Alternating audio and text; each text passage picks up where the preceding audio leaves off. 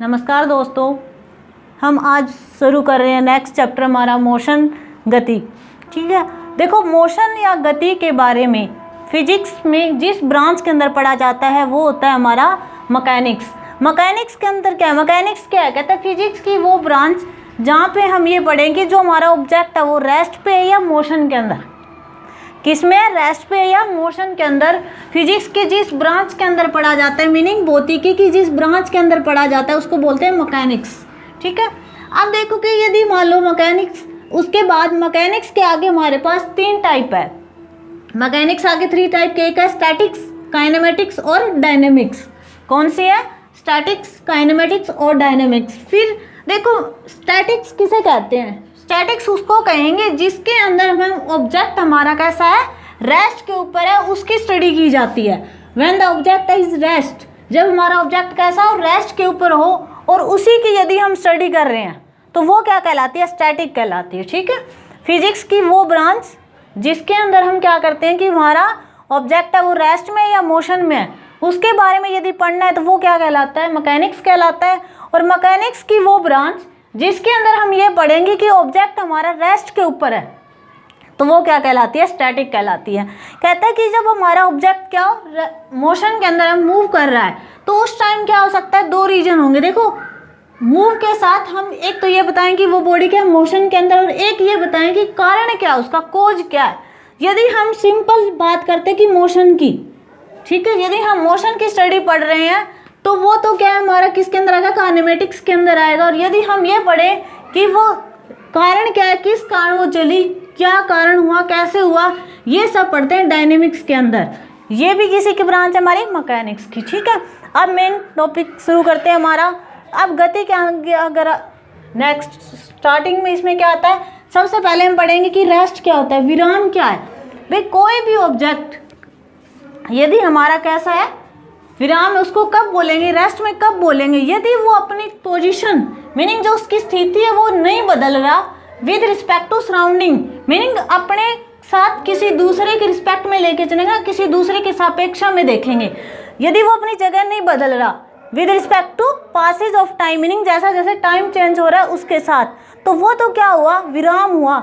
जैसे मान लो बुक है वो हमारी टेबल के ऊपर पड़ी है, बुक को हमने किसके रिस्पेक्ट में देख रहे हैं, टेबल के, तो वो वहाँ पर क्या है, अपनी जगह नहीं बदल रही, तो ये क्या हुआ, रेस्ट में हुई वो बुक। ठीक है, यदि मोशन या गति क्या होता है, कहता है जब कोई भी ऑब्जेक्ट है वो अपनी पोजीशन को क्या कर ले, चेंज कर ले, क्या कर दे, चेंज कर दे with respect to surrounding, meaning दूसरे के सापेक्षा अपनी पोजीशन या स्थिति को बदल दे with pass the time, pass जैसे जैसे टाइम चेंज होता है उसके साथ, तो वो क्या कहलाती है, गति कहलाती है। सिंपल, अब याद रखना कि विराम तो क्या है कि कोई ऑब्जेक्ट अपनी पोजीशन को ना बदले with respect to surrounding with passage of time. Simple याद रखना कि कोई भी ऑब्जेक्ट अपनी यदि स्थिति नहीं बदलता किसी दूसरे के रिस्पेक्ट में तो वो विराम के अंदर है। और यदि वो अपनी जगह बदल लेता, अपनी पोजीशन को चेंज कर देता है, जब वो क्या होगी, हमारी गति के अंदर होगी। जैसे मान लो ट्रेन चल रही है,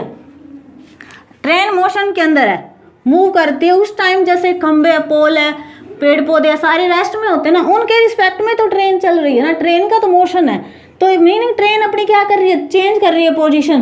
पोजीशन चेंज करने का मीनिंग पेड़ तो यहाँ पे खड़ा, ट्रेन जैसे ये जा रही है तो ये तो अपनी जगह बदल गई ना, यहाँ से यहाँ पहुँच गई, ऐसे कहते हैं, अपनी क्या है, जगह बदलती जा रही है, अपनी स्थिति बदलती जा रही है, तो इसी को क्या बोल देंगे, मोशन बोल देंगे, गति बोल देंगे। ठीक है, उसके बाद आता है डिस्टेंस या दूरी।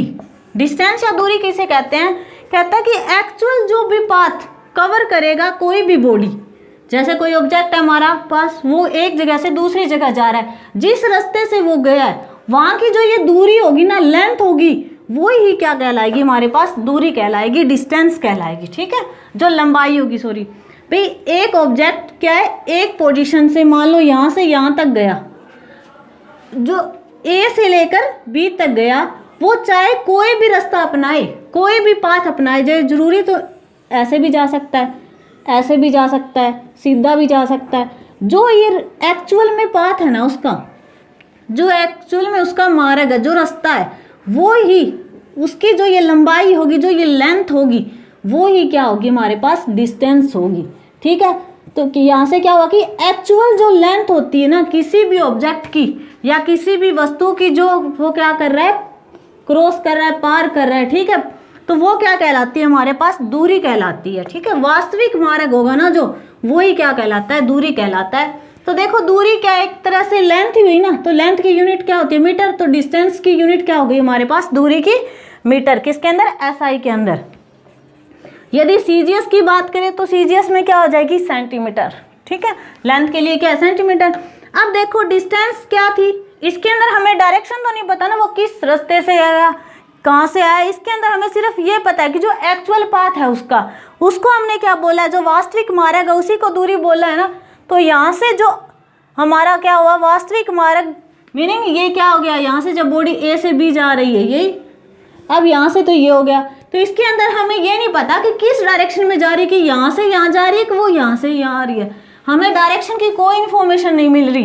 तो यहाँ से हमारे पास क्या है, डायरेक्शन नहीं दे रहा, डायरेक्शन नहीं देता वो क्या होता है, स्केलर होता है, सिर्फ हमें मैग्नीट्यूड बता रहा है, भाई यहाँ से यहाँ गई है, वो लेंथ बता रहा है, क्या 5 किलोमीटर गई है, 10 किलोमीटर गई है, सिर्फ ये पता लग रहा है, हमें ये नहीं पता लग रहा कि वो ए से बी जा रहा है कि बी से ए आ रहा है। ठीक है, तो यहाँ से ये क्या हो गई हमारे पास, अदिश राशि हो गई।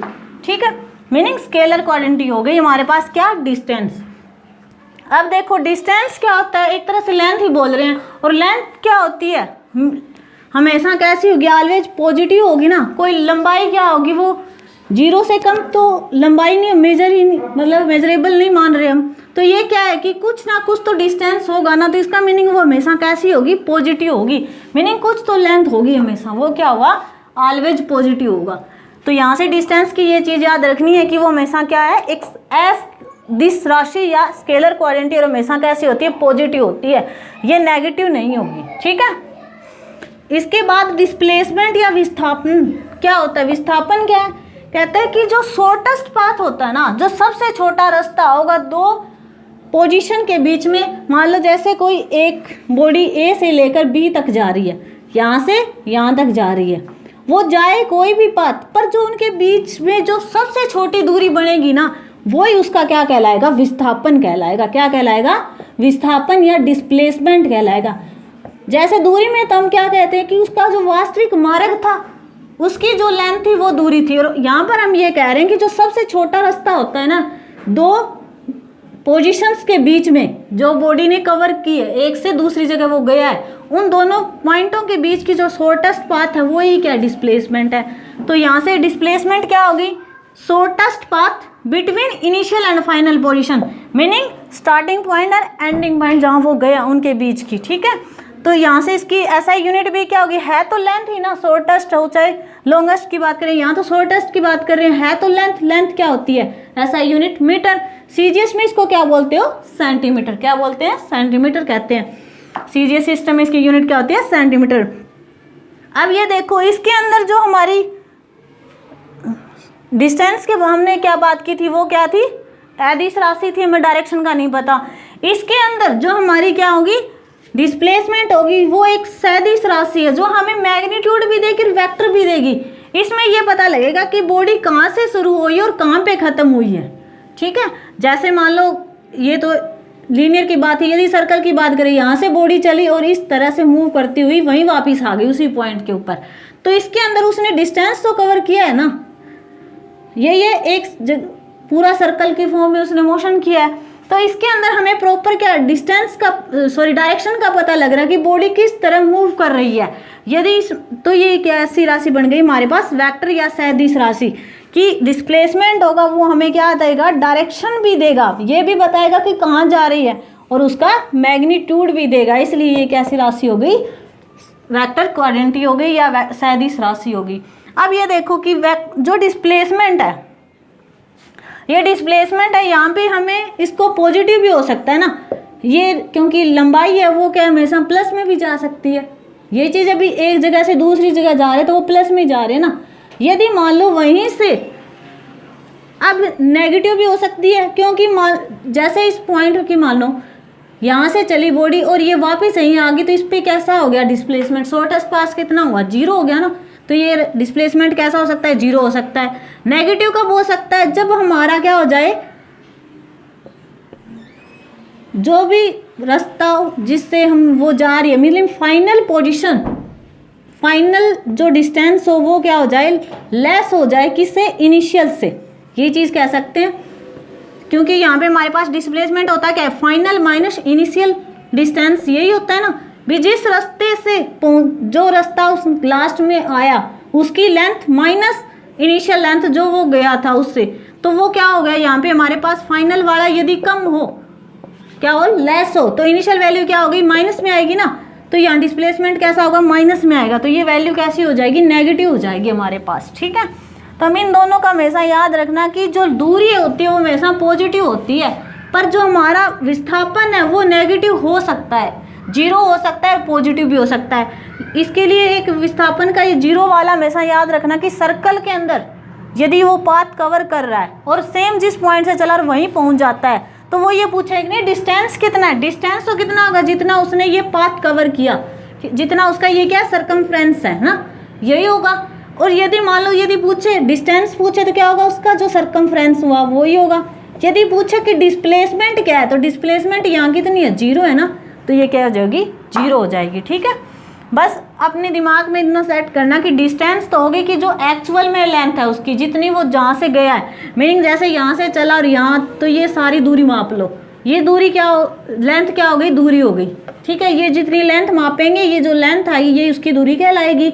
और डिस्प्लेसमेंट क्या होगा, जहाँ वो छोटा रास्ता, जो भी छोटा रास्ता आता है उसका, वो उसका क्या कहलाएगा, डिस्प्लेसमेंट कहलाएगा हमारे पास। ठीक है, इसके बाद आता है चाल या स्पीड। स्पीड या चाल क्या होती है, कहता है कि इकाई समय में तय की गई दूरी, मीनिंग स्पीड हमारे पास कहता है rate of change of position with time. कहता है कि जो हमारी जो पोजीशन चेंज हो रही है विद रिस्पेक्ट टू टाइम, वो क्या कहलाता है हमारे पास, स्पीड कहलाता है। या कह सकते हो कि distance travel by the object per unit time, meaning जो डिस्टेंस उसने कवर किया कितने में, पर यूनिट टाइम के अंदर, वो क्या कहलाई, स्पीड कहलाई या चाल कहलाई।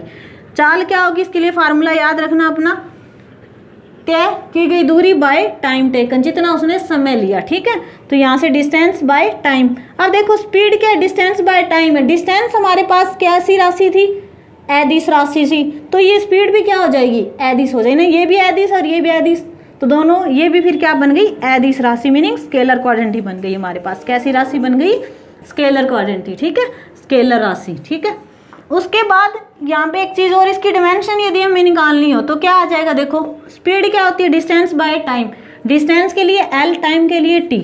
यहाँ पे मास तो हमारे पास है नहीं, तो क्या हो गया, m0 L1 T की पावर -1, ये क्या बन गई हमारे पास, इसकी डिमेंशन बन गई स्पीड की। और इसकी यदि यूनिट पूछे तो डिस्टेंस बाय टाइम क्या होगा, डिस्टेंस के लिए क्या होती है मीटर, टाइम के लिए सेकंड, तो ये क्या बन जाएगी, मीटर पर सेकंड। सीजीएस सिस्टम में क्या हो जाएगी, सेंटीमीटर पर सेकंड। और यदि डिमेंशन पूछे डिस्टेंस की, तो डिस्टेंस की क्या आएगी, देखो मास भी नहीं है, सिर्फ क्या है, लेंथ है, टाइम भी नहीं, तो m0 L1 T0, यही क्या हो जाएगी, डिस्प्लेसमेंट की हो जाएगी। ठीक, देखो हम शुरू कर रहे हैं अब एवरेज स्पीड या औसत चाल। औसत चाल क्या होगी, मीनिंग जो हमारी स्पीड्स है उनका सबका एवरेज निकाल लो ना, जितनी अलग अलग स्पीड आएगी अलग अलग डिस्टेंस पे, अलग अलग टाइम के साथ, तो उसी के अकॉर्डिंग। अब देखो स्पीड हमने पढ़ा था डिस्टेंस बाय टाइम, तो एवरेज निकालना है तो जितनी टोटल डिस्टेंस है उनकी बाय में क्या कर देंगे, टोटल टाइम कर देंगे। अब इसके बेस्ड कई न्यूमेरिकल आते हैं, उनके अंदर क्या होता है कि ये एवरेज स्पीड का ना डायरेक्ट फार्मूला नहीं लगता, उसके अंदर कुछ और वैल्यूज, जैसे मतलब अभी पढ़ेंगे यहाँ पे, कहता है a body covering different distance with different speed.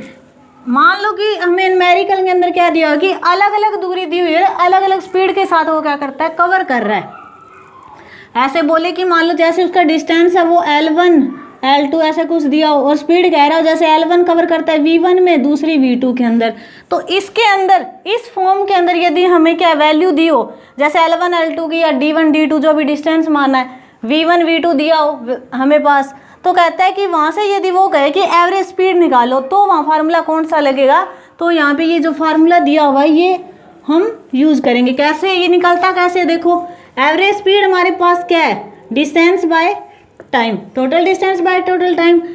तो टोटल यहाँ डिस्टेंस कितना है, मान लो जितनी भी बॉडी दी ना, जितनी वो डिस्टेंस ले रहे हैं, जैसे मान लो उसने, जैसे कोई हमारे पास टाइम T1 के अंदर कोई भी बॉडी है, या कोई ऑब्जेक्ट है हमारा, वो d1 दूरी तय करता है। कितनी दूरी करता है? d1। दूसरा मान लो t2 टाइम के अंदर वो कितना टाइम डिस्टेंस कवर करता है? t2। तो ये हमारे पास दिए हुए हैं और ये पूछे कि एवरेज स्पीड बताओ। क्या दिया है न्यूमेरिकल के अंदर? डिस्टेंस और टाइम दिया हुआ है, दो अलग अलग चीज़ों का। उसका एवरेज निकालना हो तो क्या करेंगे? ऊपर तो आ जाएगा हमारा टोटल डिस्टेंस। डिस्टेंस यहाँ कितना है? d1 और d2। टाइम कितना लग रहा है उनका? t1 plus t2। ये पुट कर देंगे, ठीक है। जितने भी ऑब्जेक्ट की बात करें उतना यहाँ पुट करते रहो, ठीक है। उसके बाद यदि क्वेश्चन के अंदर हमें टाइम ना दिया हो, क्या है? टाइम नहीं दे रखा, टाइम नहीं दे रखा और वेलोसिटी दे रखी हो, कहता है कि जैसे मान लो क्वेश्चन में कहता हो कि d1 डिस्टेंस है ना, वो v1 के अंदर v1 वेलोसिटी के साथ चल रहा है, d2 v2 वेलोसिटी के साथ वो क्या है? कवर कर रहा है। तो उस टाइम एवरेज स्पीड कितनी होगी वो बतानी है। तो इस टाइम एवरेज स्पीड निकालेंगे। तो एवरेज स्पीड यहाँ पे निकालने के लिए अब क्या है हमारे पास? फार्मूला कौन सा है? ये बनेगा। और वो आया कैसे? देखो कि टाइम होता है, वेलोसिटी होती है, वो क्या होती है? Distance by time. यही होती है ना वेलोसिटी।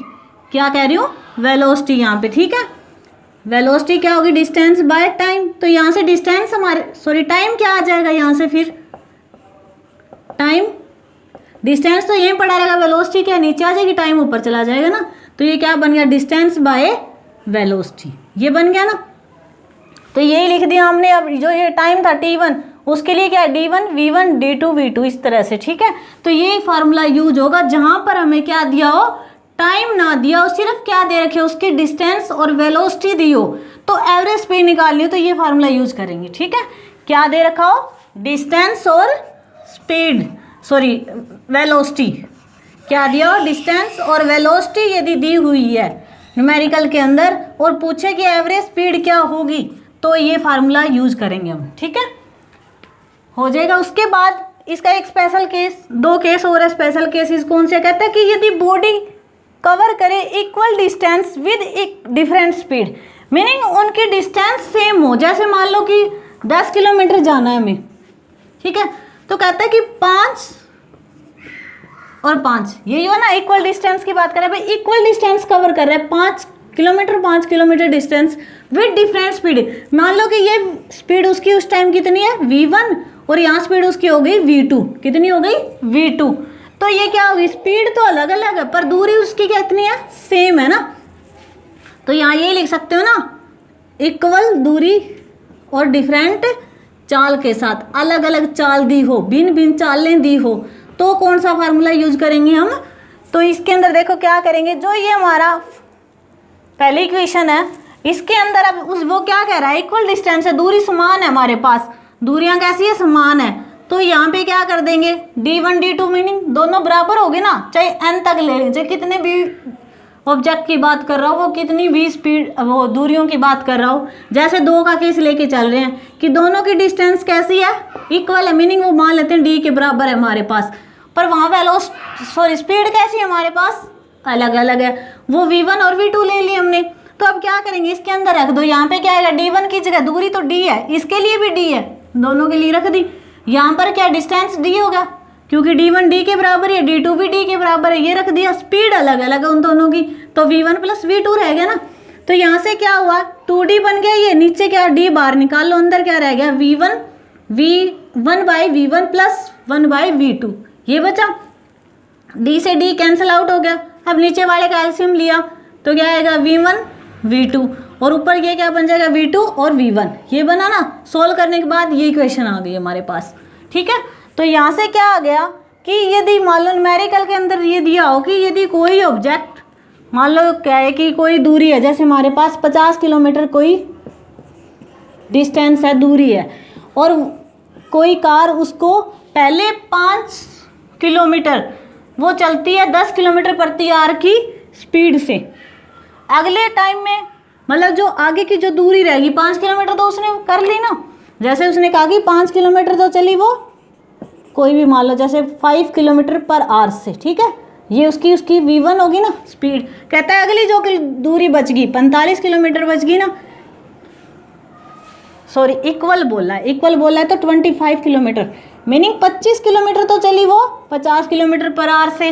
वो 25 कंप्लीट होने के बाद क्या करती है? वो दूसरी स्पीड अपनी चेंज कर लेती है, और वो स्पीड कितनी मान ली उसने, 75 किलोमीटर पर आवर मान लो, लेट कर लेते हैं, ठीक है। तो इस तरह का यदि न्यूमेरिकल होगा तो उसके अंदर ये यूज़ करना पड़ेगा। यदि यहाँ पे कहे कि एवरेज स्पीड निकालो, अब इनकी एवरेज स्पीड निकालने के लिए हमें ये डायरेक्ट पुट कर देना है, क्या आएगा 2v1 v2 v1 plus v2, meaning यहाँ एवरेज स्पीड लिख दो। अब उनकी पहले कितनी थी 50, दूसरी कितनी है 75, यहाँ पे यूज़ कर देना, ठीक है। ये तो किलोमीटर पर आवर में दी हुई है, यहाँ पे किलोमीटर है, वो बेस होगा कि हमारा न्यूमेरिकल किस में दिया हुआ है, SI यूनिट में, CGS में है, या लॉन्गेस्ट कोई और हमारी यूनिट ली हुई है उसकी फॉर्म में, ठीक है। तो न्यूमेरिकल इसके करेंगे डिस्कस बाद में, पहले ये एक बार समझ में आया कि V एवरेज ये फार्मूला आया कैसे, ठीक है। 2v1 v2 v1 plus v2, ये याद रखना इंपॉर्टेंट फार्मूला है, ठीक है।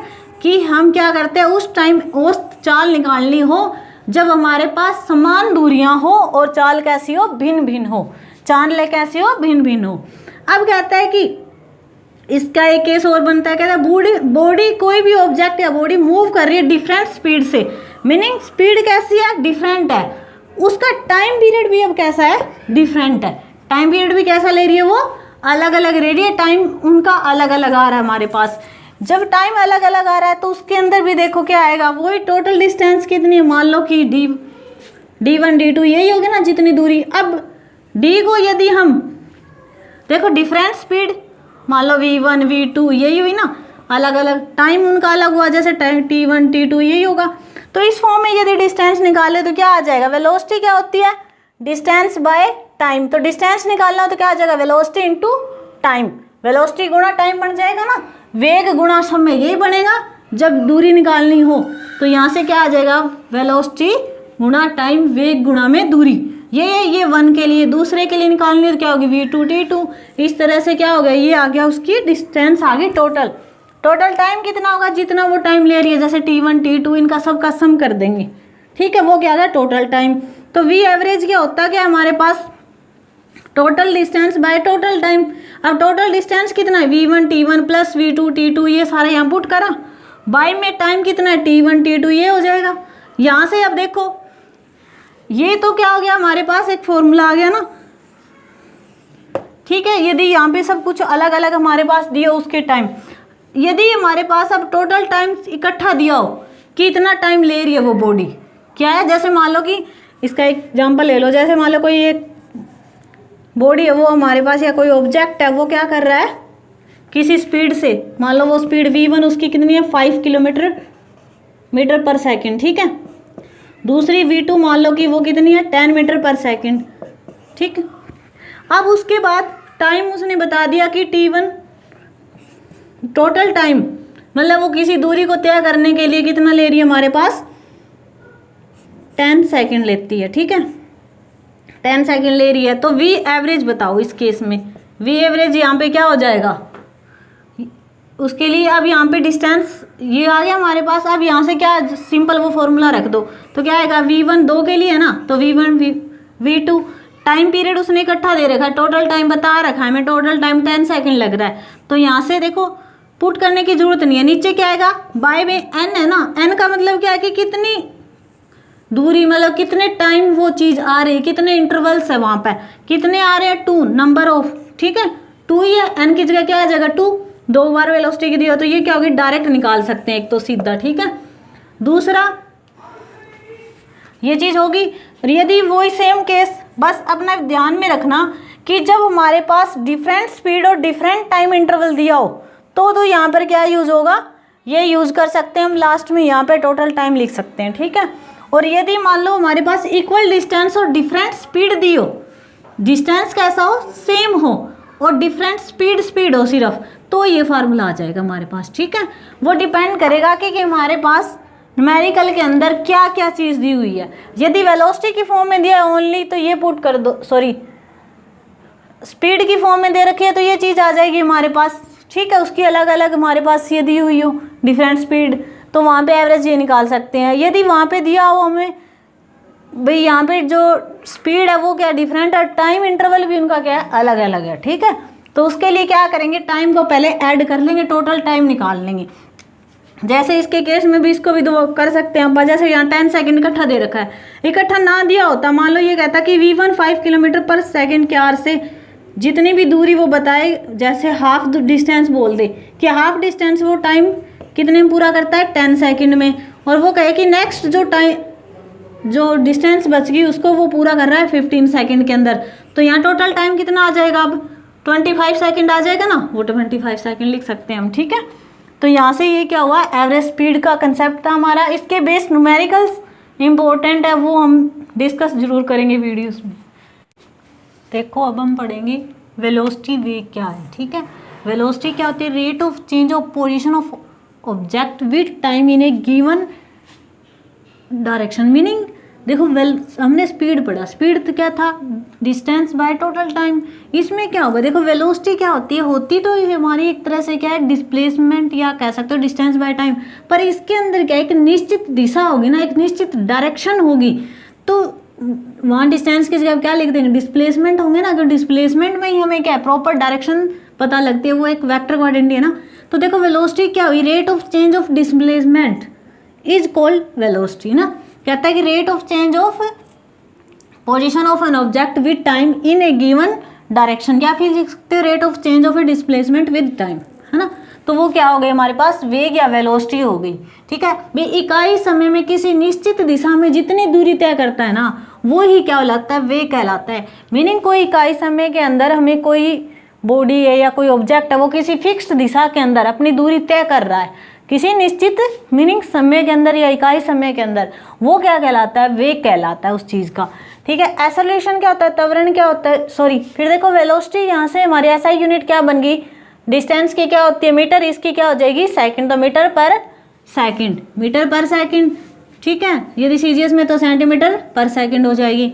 ये क्या है डिस्प्लेसमेंट बाय टाइम, इसमें डेफिनेशन में अच्छी तरह से लिखा हुआ है कि उसके एक क्या देगा, निश्चित दिशा में होनी चाहिए ना जो दूरी तय कर रहा है। तो यहाँ से दिशा पता लग रही है, तो मीनिंग वो राशि कैसी है, वेक्टर है। और यहाँ से यदि फॉर्मूले से देखें तो क्या है, डिस्प्लेसमेंट कैसे क्वांटिटी, वेक्टर क्वांटिटी है ना। तो वेलोसिटी हमारे पास क्या हो गई है कि वेक्टर क्वांटिटी बन गई, ठीक है, वेक्टर राशि या सदिश राशि हुई। तो यहाँ से याद रखना कि स्पीड है वो हमारे पास क्या है, अदिश राशि है, उसकी डायरेक्शन नहीं होती। अब यहाँ से इसकी डिमेंशन निकालें वेलोसिटी की, तो वो क्या होती है, देखो यहाँ पे मास नहीं है, डिस्प्लेसमेंट के लिए लेंथ आ जाएगा, टाइम के लिए नीचे क्या है टी, तो ये ऊपर चला जाएगा, क्या बन गई LT-1, ये ना M0L1T-1। और इसकी वैल्यू कहाँ से होगी, वेलोसिटी कैसी हो सकती है, प्लस भी हो सकती है, पॉजिटिव भी हो सकती है, मीनिंग धनात्मक भी हो सकती है हमारे पास, ठीक है, ऋणात्मक भी, नेगेटिव भी हो सकती है, ठीक है, और जीरो भी हो सकती है। क्यों, क्योंकि हमारे पास ये किस पे डिपेंड कर रही है, डिस्प्लेसमेंट, मीनिंग हमारी जो विस्थापन है उसके ऊपर क्या करती है, डिपेंड करती है। विस्थापन भी हमारे पास क्या थी, एक वेक्टर क्वांटिटी थी ना, वो क्या होती थी, या तो पॉजिटिव, नेगेटिव, जीरो, कुछ भी हो सकती थी। तो ये भी क्या हो सकती है, इनमें से पॉजिटिव, नेगेटिव और जीरो, तीनों में से कुछ भी हो सकती है, ठीक है। उसके बाद एक्सेलरेशन या त्वरण क्या होता है, वेग परिवर्तन की जो दर होती है ना, वेलोसिटी का जो चेंज है, rate of change of velocity with time, meaning velocity की जो चेंज होने का दर होगी या रेट होगा, वो ही क्या कहलाता है हमारे पास, एक्सेलरेशन या त्वरण कहलाता है, ठीक है। मीनिंग वेलोसिटी के अंदर जो चेंजेस आ रहे हैं टाइम के साथ, जैसे कोई गाड़ी चल रही है उसको पहले क्या, जैसे कम स्पीड के वेलोसिटी के साथ है, फिर आगे थोड़ी वेलोसिटी और बदल गई, ये क्या हुआ, उसमें वेलोसिटी के अंदर क्या आ रहा है, चेंज आ रहा है टाइम के साथ, तो वो क्या है, उसका एक्सेलरेशन हुआ, ठीक है। तो ये क्या होगा, एक्सेलरेशन, जिसको ए से क्या करते हैं, डिनोट करते हैं, ठीक है। तो यहाँ से फार्मूला क्या होगा, वेलोसिटी बाय टाइम। अब इसकी यूनिट क्या बन जाएगी, देखो वेलोसिटी की यूनिट थी मीटर पर सेकंड, नीचे एक टाइम और आ गया, अब तो क्या बन गया, पर सेकंड स्क्वायर, ये बन गया ना। वेलोसिटी के लिए L/T और इसके नीचे एक टाइम T पड़ा है, तो यहाँ से ये क्या आ गई, लेंथ की मीटर, नीचे वाले की सेकंड स्क्वायर, तो ये क्या होगी, मीटर पर सेकंड स्क्वायर। इसकी डिमेंशन क्या हो जाएगी, देखो यहाँ पे मास तो नहीं है, मास कहीं नहीं है, तो हम क्या हो जाएगा, जीरो, लेंथ है तो क्या आ जाएगा L1T कितने बार है 2, और नीचे है तो ऊपर पावर जाके क्या होगी -2, तो क्या बन गई LT-2। तो ये जो डिमेंशंस है ना, याद रखना, सिंपल अपनी वेलोसिटी की क्या LT-1 फार्मूले से सीधा, इसमें से फार्मूले से क्या है LT-2, ठीक है। ये एक्सेलरेशन क्या है, ये कहता है कि मतलब कैसे फर्क होता है, कैसे पॉजिटिव कहेंगे, कब नेगेटिव कहेंगे कि जब वेलोसिटी है ना इंक्रीज होती जाए टाइम के साथ, जैसे कोई गाड़ी चल रही है और वो टाइम के साथ उसकी अपनी वेलोसिटी को क्या करता जा रहा है, बढ़ाता जा रहा है तो वहाँ एक्सेलरेशन होगा, वो कैसा होगा, पॉजिटिव होगा, मीनिंग धनात्मक होगा। वो कैसा होगा, धनात्मक होगा। जब वो क्या है, वेलोसिटी, वेग क्या होता जा रहा है, बढ़ता जा रहा है, इंक्रीज होता जा रहा है। ठीक है, किसके साथ, टाइम के साथ। जैसे जैसे टाइम जब बढ़ रहा है वैसे वैसे उसकी वेग भी क्या होता जा रहा है, बढ़ता जा रहा है। तो वहाँ पे जो त्वरण आएगा, जो एक्सेलरेशन आएगा, वो कैसा आएगा, धनात्मक आएगा। जब वेलोसिटी क्या हो, हमारी डिक्रीज होती जाए टाइम के साथ, मीनिंग जैसे जैसे टाइम जा रहा है, जैसे मान लो पहले कोई गाड़ी चली, स्टार्टिंग में 5 मिनट तक उसकी वेलोसिटी क्या थी, 5 मीटर पर सेकंड थी, आगे जाने के बाद वो 2 मीटर पर सेकंड हो जाती, मीनिंग घट गई ना कुछ। तो वहाँ पे जो एक्सेलरेशन कहलाता है वो क्या कहलाता है, मंदन या रिटार्डेशन कहलाता है, या डी एक्सेलरेशन कहलाता है। जब उसकी क्या हो जाए, वेलोसिटी हमारी घट जाती है, डिक्रीज हो जाती है टाइम के साथ, तो जो एक्सेलरेशन आएगा वो नेगेटिव, मीनिंग, और उसी क्या बोलते हैं, रिटार्डेशन या डी एक्सेलरेशन बोलते हैं, या मंदन बोलते हैं हिंदी में। ठीक है, इसके बाद गैलीलियोस की इक्वेशन थी। गैलीलियोस ने इक्वेशन दी किसके लिए, यूनिफॉर्म एक्सेलरेटेड मोशन के लिए, मीनिंग एक समान तीव्र गति के समान गैलीलियोस समीकरण थी। इसके अंदर हम क्या पढ़ेंगे, यूनिफॉर्म एक्सेलरेशन है, ये थोड़ा भी पढ़ते हैं इसके बारे में। इसके अंदर क्या होता है, यूनिफॉर्म एक्सेलरेशन मोशन के अंदर कि हमारी जो वेलोसिटी है वो क्या होती जा रही है, लीनियरली इंक्रीज होती जा रही है विद टाइम के साथ, है ना। तो ये क्या होगा, यूनिफॉर्म एक्सेलरेटेड मोशन होगा। और यदि वेलोसिटी के अंदर वेरिएबल आ रहा है, कभी कम कभी ज़्यादा हो रही जा रही है, तो नॉन यूनिफॉर्म एक्सेलरेटेड मोशन होगा वो। ठीक है, इसके बाद इसकी गैलीलियोस की 4 इक्वेशन थी। इनके बेस्ड क्या होते हैं, हमारे न्यूमेरिकल्स आते हैं पेपरों के एग्जाम में के अंदर। पहली इक्वेशन कौन सी, v = u + at। v यहाँ पर क्या है, हमारा फाइनल जो स्पीड होगी, वो u क्या होगी, इनिशियल स्पीड जो स्टार्टिंग में थी। ठीक है, शुरुआत के अंदर जो चाल दी होगी वो u से लिखेंगे। ठीक है, शुरुआती जो चाल होगी। ठीक है, और जो हमारी फाइनल लास्ट, जिसको आरंभिक भी लिखा होता है, शुरू की जगह आरंभिक लिख देते हैं, या v की जगह क्या होगा, फाइनल स्पीड जो होगी उसकी, लास्ट में जो स्पीड आएगी हमारी, अंतिम चाल बोल सकते हो। ठीक है, a क्या है यहाँ पर त्वरण, t क्या होगा, टाइम, समय। ठीक है, s क्या है, डिस्टेंस, वही सेम u अब क्या है, शुरुआती चाल या इनिशियल चाल, टाइम a, फिर a 1/2, ये क्या हो जाएगा 1/2 at², a त्वरण होगा, t क्या होगा, टाइम। तो ये क्या है, देखो यहाँ पे तो जैसे इक्वेशन के अंदर, न्यूमेरिकल के अंदर हमारे कुछ दे देगा, बोलेगा कि भाई स्टार्टिंग में वो 5 किलोमीटर प्रति आवर की स्पीड से चली, इतने टाइम में पहुँच गए, और उसके अंदर एक्सेलरेशन इतना है, तो हमारे पास v निकालो, तो v निकाल सकते हैं, u निकाल सकते हैं, इनमें से कुछ भी हो सकता है, न्यूमेरिकल के अंदर बेस्ड होगा। एक हो सकता है कि यदि वो दूरी दे दे और हमारे पास क्या दे, इनिशियल स्पीड दे दे सिर्फ, तो उसके अंदर एक्सेलरेशन बताओ, तो यहाँ से निकाल सकते हैं। इसके अंदर v नहीं दिया हुआ ना, तो इसके अंदर v यदि नहीं दिया हुआ न्यूमेरिकल के अंदर, तो ये इक्वेशन यूज़ कर सकते हैं, s = ut + ½ at²। फिर उसके बाद है v² = u² + 2as। ठीक है, तो इसके अंदर कई बार ये इक्वेशन है ना, ऐसे भी लिख देते हैं, v² - u² = 2as है, ऐसे भी लिखी होती है। इसके अंदर क्या होता है, इनिशियल और फाइनल दोनों दी होती है, पर इसके अंदर टाइम नहीं दिया होता, मीनिंग ऐसा न्यूमेरिकल जिसमें टाइम ना दियो, तो ये इक्वेशन यूज़ कर सकते हैं हम उसके अंदर, इनिशियल या फाइनल में से कुछ निकालना हो या डिस्टेंस निकालनी हो। ठीक है, तो यहाँ पर ये सारी चीज़ें सेम है, बस याद रखना कि v तो हमारी क्या है, फाइनल वेलोसिटी। ठीक है, उसके बाद u इनिशियल, उसके बाद a क्या है हमारे पास, एक्सेलरेशन या त्वरण, t क्या है, टाइम, और s क्या है हमारे पास, डिस्टेंस। ठीक है, एस एन की इसके लिखा मीनिंग, एंड टाइम के अंदर जो दूरी थी उसको लिखा हुआ है एस एन। ठीक है, इनके बेस्ड हम न्यूमेरिकल करेंगे तो ये बाकी और क्लियर हो जाएगी, बस ये इक्वेशंस याद रखने। उसके बाद एक है डिस्प्लेसमेंट टाइम ग्राफ। जैसे डिस्प्लेसमेंट विस्थापन समय ग्राफ यदि हमें दिया हो, जिसके अंदर डिस्प्लेसमेंट और टाइम का ग्राफ दिया, और वो ग्राफ हमें क्या देगा, यदि सिंपल क्वेश्चन आता है, क्या शो करता है, वो हमेशा स्पीड को शो करता है, किसको, चाल को। विस्थापन समय ग्राफ हमें क्या देता है, चाल बताता है, क्या बताएगा, चाल बताएगा या स्पीड बताएगा। ठीक है, उसके बाद इसके अंदर मतलब इससे रिलेटेड क्वेश्चन आता क्या है, कई बार जैसे ये कोई ग्राफ देगा, ठीक है, उसके अंदर देखो a क्या है जिसका एंगल बड़ा है ना, b क्या है जिसका एंगल छोटा है, ये चीज़ है।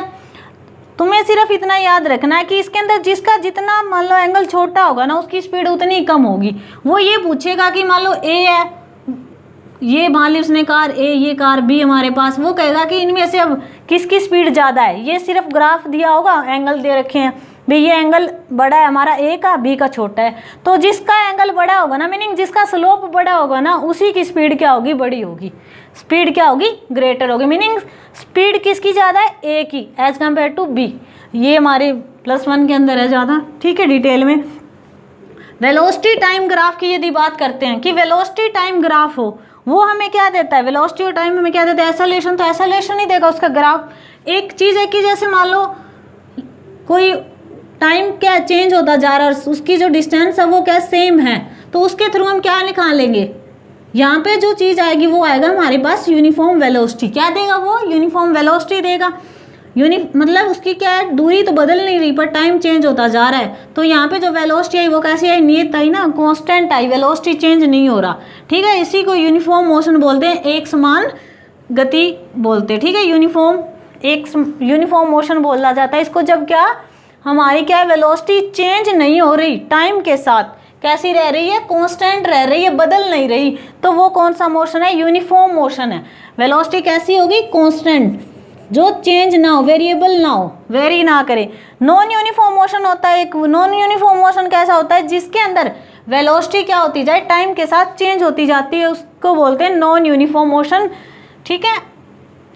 इसके बाद है यूनिफॉर्म एक्सेलरेटेड मोशन। कहता है कि यूनिफॉर्म एक्सेलरेटेड मोशन किसे कहेंगे, एक समान त्वरण किसे कहेंगे, कहता है जिसके अंदर एक्सेलरेशन कैसा रहे, हमारा क्या बारी बारी में चेंज ना आता हो, ठीक है ना, यही होगा। तो इसमें क्या है, वेलोसिटी और टाइम का जो ग्राफ होता है वो क्या देता है, एक्सेलरेशन देता है। तो यहाँ पर वेलोसिटी क्या हो रही है, इक्वल इंटरवल ऑफ टाइम के साथ क्या होती जा रही है, सेम चेंज आता जा रहा है ना इसके अंदर। तो एक्सेलरेशन भी कैसा है, कांस्टेंट है ना, वैल्यू क्या सेम आ रही है हर इंटरवल के बाद। तो ये क्या हुआ, यूनिफॉर्म एक्सेलरेटेड मोशन हुआ हमारे पास, ठीक है। थैंक्स। इससे रिलेटेड आगे करते हैं नेक्स्ट वीडियो के अंदर।